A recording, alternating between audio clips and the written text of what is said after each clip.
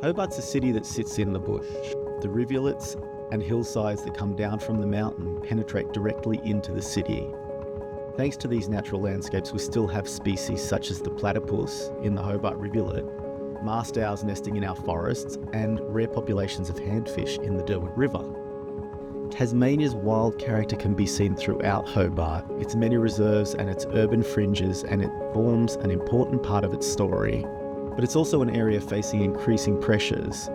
Urban expansion, pollution, wildfire risk, and a changing climate are all having an impact on Hobart's natural environment. Urban areas are often overlooked when we talk about conservation, and when a species is rare, hard to find, and poorly understood, those conversations may be almost non-existent. Up until now, this has been the case for the critically endangered Ammonite snail, a pinhead-sized mollusk living at the interface of rock and soil in damp forested gullies in and around Hobart. Ammonite snails are hard to find, little studied, and under threat. Over the last 2 years, NRM South, with funding from the Australian Government Saving Native Species grants, has been working with the Australian Museum, local expert Dr. Kevin Bonham, and landholders across Greater Hobart to find out more about this species and how to better protect it. The Ammonite snail is only found in Greater Hobart, and through this project we've learned more about its distribution, how it's related to other similar snails, and how best to protect it. As it's so small and looks so similar to other species, I've been working with snail expert Dr. Kevin Bonham and experts at the Australian Museum on a field guide to help professionals correctly identify the species. NRM South has also developed a management guide to help land managers to protect the Ammonite snail. Working with landowners has been important for this project because Hobart's mix of urban blocks and natural reserves means we need to apply conservation approaches across all areas where Ammonite snails live and provide a continuity of habitat for them.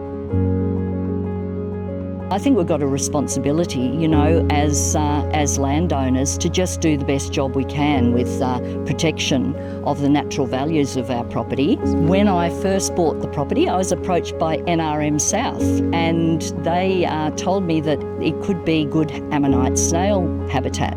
So I've welcomed them to come and have a look and survey the place, and very, very excited to find that we do have quite a lot of Ammonite snails here. It's a great thing to be surveying for one species because then you pick up other species. So then we can work out what we've got, and then we can work out how to protect them. So if you don't know what's here, you can't protect the place properly.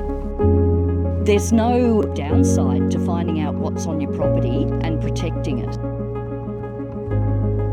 The story of the Ammonite snail highlights the importance of conservation in urban areas, not just for more well-known species, but also those that may go unnoticed. Conservation in urban areas isn't about locking nature away, it's about integrating it into how a city grows, and city residents have a part to play in this. Anyone with a back garden, balcony or bush block can help support urban nature, whether it's a few native plants to help feed the insects and birds, or controlling the spread of weeds into local habitats. By looking after our urban nature, future generations will still be able to enjoy the wilderness experiences that we currently take for granted. In a changing climate and an expanding city, conserving the natural assets of Hobart's urban fringe is essential to the city's resilience, identity, and prosperity.